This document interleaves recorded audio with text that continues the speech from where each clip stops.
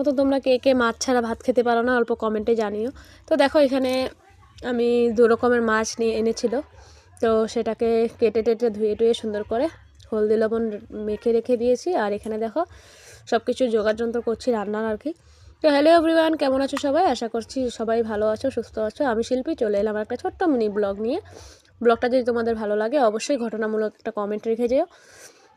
তো দেখো আজকে দুপুরের মেনুটা তোমাদের সাথে আজকে ভিডিওতে মাধ্যমে শেয়ার করছি আর কি।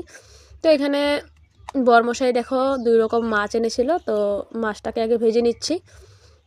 আর মাছটা ভাজার সময় এতটা তেল ছুটছিল, মানে সারা মানে ঘর পুরো গ্যাস ট্যাস ভরেই গিয়েছিল। আবার আমি সেগুলোকে মুছে টুছে তারপরে দেখো এখানে যেগুলো সবজি কেটে রেখেছিলাম সেগুলোকে একটু ভাপিয়ে নিয়েছি লবণ দিয়ে।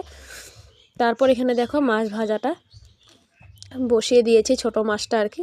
আর এখানে আমার বড় মাছটা কিন্তু হয়ে গেছে ভাজা, দেখতেই পাচ্ছ। আর এখানে আর কয়টা মাছ ছিল সেগুলোকে আমি ভেজে নিয়েছি। তো ভাজার পরে এবার রান্নাটা করে নেব।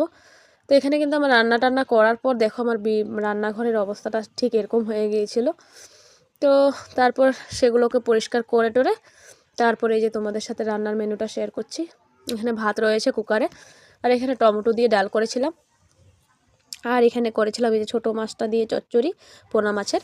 আর এই যে বড় মাছটা দিয়ে আলু দিয়ে, শালগম দিয়ে, ফুলকপি দিয়ে, টমেটো দিয়ে একটা সবজি করেছিলাম। তো আজকের ভিডিওটা এতটুকুই ছিল, দেখা হবে নেক্সট কোনো ভিডিওতে। তো আমার চ্যানেলে যারা মানে পেজে যারা নতুন আছো তারা আমার পেজটাকে ফলো করে দিও। আর ভালো লাগলে লাইক কমেন্ট শেয়ার করে দিও। তো আজকের জন্য টাটা, থ্যাংকস ফর ওয়াচিং।